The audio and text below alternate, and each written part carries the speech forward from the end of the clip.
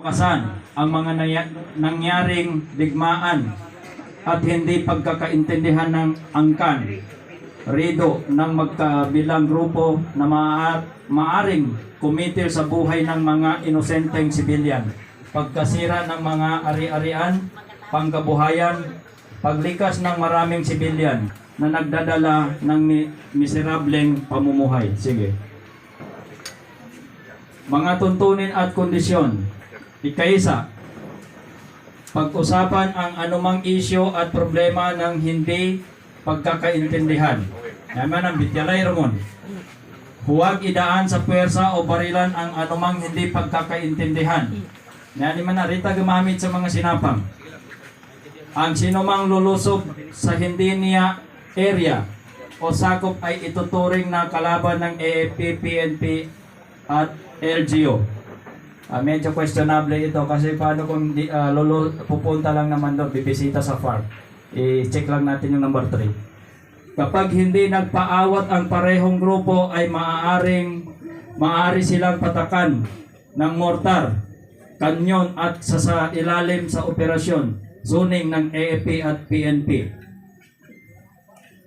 Number 5. Kapag masangkot ang parehong grupo, supporters, reinforcement, sa labanan at kaguluhan ay pareho na magsusuko ng hindi bababa sa 10 matataas na kalibre ng baril.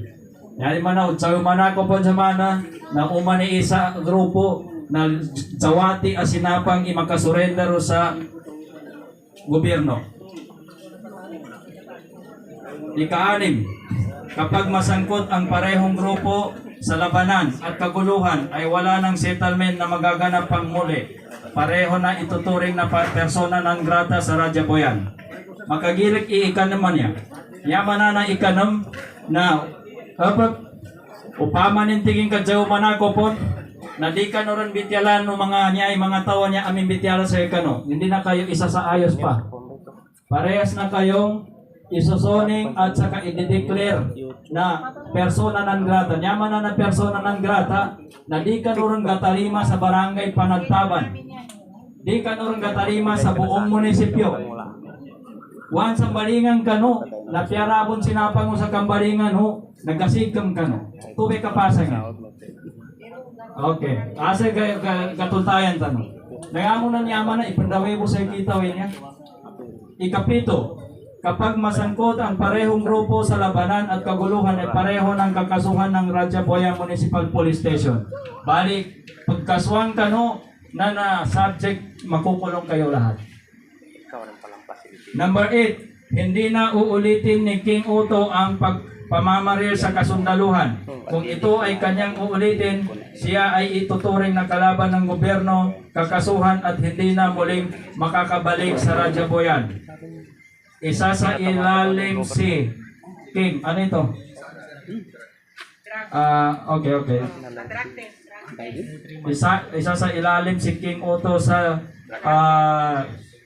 regular na drug testing every 3 months.